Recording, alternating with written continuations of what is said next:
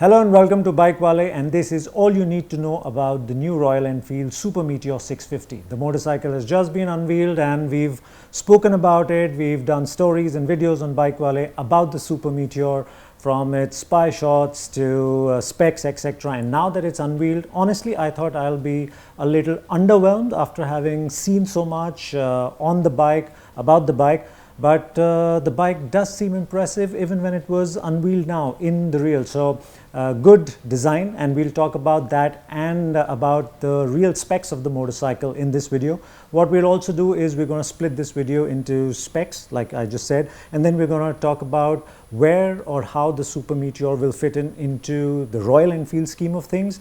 And since I have an Interceptor and I've ridden the Meteor 350 extensively, we will try and put 2 and 2 together. Maybe not 4, but we will give you a rough idea on what or how the Super Meteor might feel on the road. So let's get started with the real specs of the motorcycle. And let's start with the engine, the 650cc engine. It's the same engine that you get on the Continental GT and the Interceptor 650. It is in the same state of tune, and the Super Meteor has been built around this engine. So you've got a chassis that's distinctively different. You've got different wheel and tire sizes. You of course have a completely different seating triangle or seating ergos.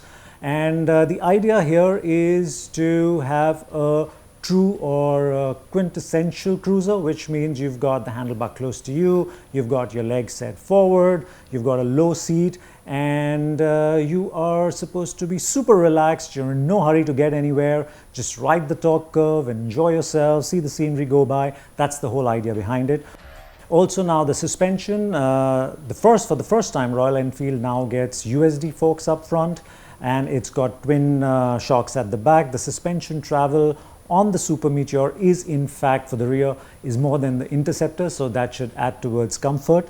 And of course the wheel sizes are different. Now if you look at the rear wheel size on the Super Meteor, it is a 16-inch wheel. That on the Continental GT and the Interceptor is 18 inches. So you might think that it's a smaller wheel, which means it completely changes the final drive, and you'll have shorter final drive, which means quicker acceleration and lesser top speed. Well, that's not the case, because overall they've gone for a 150 80 section tire, which means the rolling circumference is actually the same as on the Interceptor and the GT. So you will have similar performance on the road, be it the top speed or acceleration in that sense. Of course, the front wheel is 19 now, and that means in terms of handling, the Super Meteor will be lazier compared to, let's say, the GT. But we've seen with the Meteor 350, even that has a raked out front and a 19-inch front wheel, but it is pretty nimble. Not just for a cruiser, but for a motorcycle in general. So I think Royal Enfield would have used some of those learnings there, and we expect that even the Super Meteor, even with its larger front wheel and a raked out front, should be good to handle. Other things in terms of design, like I said at the start, it's a good looking motorcycle. You can have it in 2 broad trims. You've got regular Super Meteor, and then you've got a tourer version. And of course these are supported with various color options, single tone, dual tone, triple tone, and you have some genuine accessories as well. And we will get into the detail of what these accessories are in a bit. So this is what the spec of the motorcycle looks like. Now the only thing, and this is what maybe people might be concerned about, is the ground clearance. It's I think around 135 mm, which is pretty low. But then again, this is a motorcycle that's meant for good roads, winding roads, straight roads. It is a departure from adventure motorcycles, which is now what's in vogue or in trend. But this is a completely different genre, and this is meant for good roads. So I don't think 135 mm of ground clearance should be an issue, be it in the city or out touring, unless of course you choose to go over really, really bad roads, which isn't the point of this motorcycle. So that's the specs, and now let's tell you how or where the Super Meteor will be positioned in Royal Enfield's scheme of things.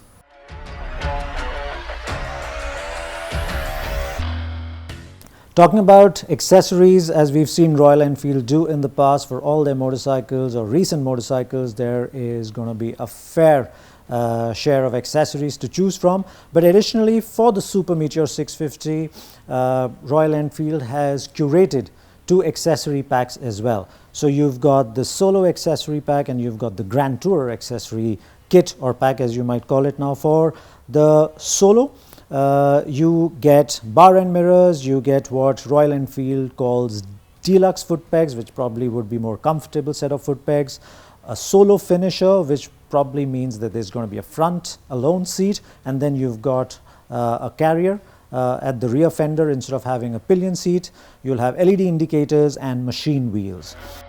As part of the Grand Tourer accessories kit, you will get deluxe touring dual seat, touring windscreen, passenger backrest, and deluxe foot pegs all over again. There will also be long haul panniers, which are essentially probably plastic panniers that we will see on the side of the motorcycle, which will be lock or press fit. Unlike regular saddlebags, you will also get a touring handlebar, and like on the Solo, you will get LED indicators as well.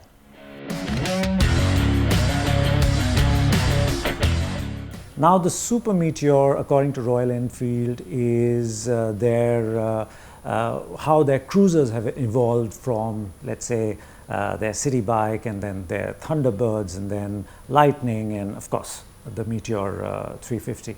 But the fact is that when Royal Enfield would have thought about or prepared the 650 platform, as is true, you would want to not have all your eggs in one basket. You'd want to split it, you'd want to ride the various trends, and that's exactly what Royal Enfield has done, and we will see more iterations of the 650 based platform in the future. So you've already got a street bike, which is the Interceptor, you've got a cafe racer, which is the Continental GT, now you have the Super Meteor, and you will see more versions as well. Now the fact is that the 650cc platform in India isn't really, I mean, it is selling well for the capacity and the price, but it's not really setting sales charts on fire. And now when the Super Meteor comes in, it is going to eat into some of the GT and Interceptor sales, plus of course it'll have its own. So overall we feel that the 650 platform share in the Indian market will grow, but it will come at the cost of the GT and Interceptor somewhat. So we're not going to see huge numbers, we're not going to see the Super Meteor flying off the shelves doing 5,000, 6,000 units. It'd still be around, I think overall the 650 would still be 2,500 units a month. So, but I guess for Royal Enfield, that's only part of the story. The bigger or equally important part is international sales, and that's where the Super Meteor 650 will find presence. Now in India, the 650 Super Meteor is in a class of 1, which is itself, because you really don't have any other multi-cylinder cruiser at this price point. You've got the Vulcan S from Kawasaki, which is expensive. Now we've had these cruisers in the past. We had the Aquila, we had the ST7 from Hyosung. Good cruisers, but again, pretty expensive for their time and the capacity that they came. So in terms of performance, in terms of price, I think a sub 3.5 lakh price bracket for this motorcycle entry level would give it a fair chance to do well. So it has all the right ingredients at the right places. Now internationally, Royal Enfield needs motorcycles to cater to women riders, to younger riders, who don't want an intimidating motorcycles, but the roads in general are good and people want to travel in the US or maybe Europe, and that's where this will fit in. Now we've already, according to Royal Enfield, they say that the 650cc platform has been a huge success, and I think the Super Meteor will continue to build on it. So that's where the significance of Super Meteor 650 comes in, more so in the international markets than the domestic markets. Well, that's just our feeling, but it could change. But let's see how that goes. And now we'll just tell you what to expect from the Super Meteor 650 when it comes to riding experience. Like we said before, when it comes to the riding experience, we're going to put 2 and 2 together. The 650 engine or the powertrain, that is unchanged, and that is a torquey engine. It's a smooth engine.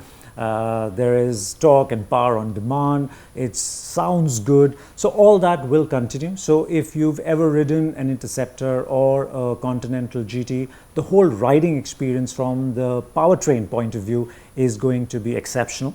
So that's a good start for the Super Meteor. Then there is the cruiser bit about the motorcycle, and we've seen with the Meteor 350, even though it's got that low swung stance, it's got a raked out front, it still handles pretty in a pretty nimble fashion, and I think that will continue on this one as well. The only challenge somewhat will be the ground clearance, but otherwise in terms of seating, you've got a relaxed seating, you have wide handlebars coming to you, so good leverage around. And in terms of straight line stability, if you plan to do anything between 100, 120, long distances, straight road, Bombay to Delhi for instance, I think the Super Meteor 650 would fit the whole game perfectly. Now, even if you choose to go over winding roads, I think that again, because there is enough leverage, and we've seen how Royal Enfield has worked on a chassis and suspension to add that sort of feedback and response that give you that confidence to push the motorcycles out. That should again help it around winding roads too, even if they are bumpy, because like we said at the beginning, there is decent amount of suspension travel front and rear on this motorcycle. So overall, I expect this to be a good touring motorcycle. If you're not an ADV fan, if you're going to stick to the roads, whether you're going down south, winding roads, or up north, straight, not beyond Himachal, of course. So there, you're going to love this motorcycle. I think it should fit that bracket really well. And now let's talk about the other bits on the Super Meteor story. Among the crucial other bits about the Super Meteor, of course, is the price and launch. Now, the motorcycle will be unveiled on 18 November at the Ridermania, and then the launch will probably take place sometime in Jan.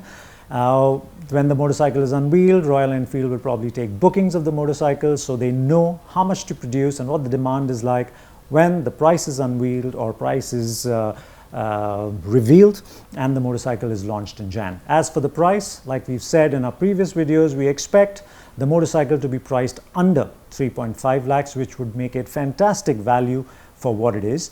And that's the Super Meteor for you. But that's not where the Super Meteor 650 story ends, because as an extension of the Super Meteor, there will be a bobber, and that bobber is the Shotgun 650, and we will have details of that motorcycle in an upcoming video, so do come back for that.